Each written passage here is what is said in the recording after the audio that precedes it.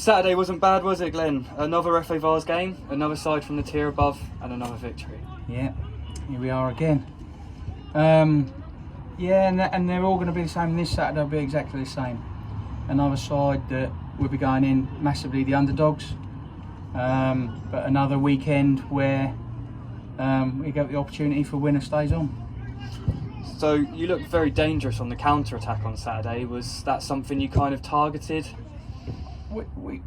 Listen, when you get to the semi-finals or the quarter-finals of a national competition, and we are the step 6 side, we are going to be coming up against better sides. I think it's Flackwell Heath were the best side we've played through this competition. That's no disrespect to Christchurch, Millbrook, or Tavistock, or Brockenhurst, or Porchie, or anyone, but they were the better. They were the best side we played.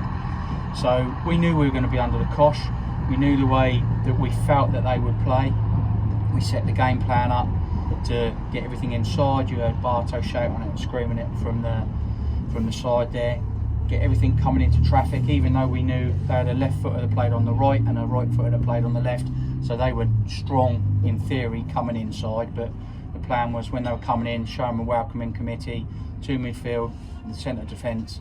We should have had enough into that. But then when we had the ball to get at them quickly, I think the goal, first half, Franco took that really well, but it was a good pass by Jack Chandler. It set us up. Then my dad said Saturday night, he said, "Oh, it looked like you were, a bit lucky." So I don't agree. We were lucky. Yeah, they had lots of the ball. Yeah, they did have a few crosses, but crosses are great if there's no one in there. That's ideal for us. Put them across, show them inside, no worries. So we had that, and then I thought we broke, and actually we could have had 2 or 3 as well after Sarge's goal. Well, talking about Sarge's goal, was it a bit of a shock to see him up that far up the pitch in the 87th minute? Do you know what?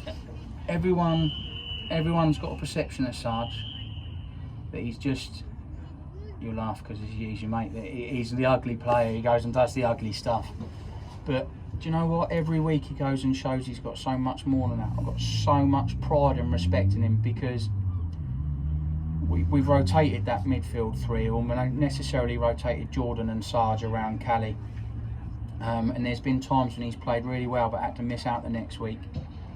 And we brought him in for the Christchurch game on the Thursday night when we found out about JP's suspension.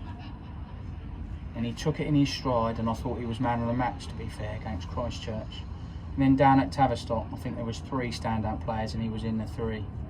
And then again, I thought Saturday there was 2 or 3 we asked to be 8 out of 10s. Go and be my 8 out of 10 man.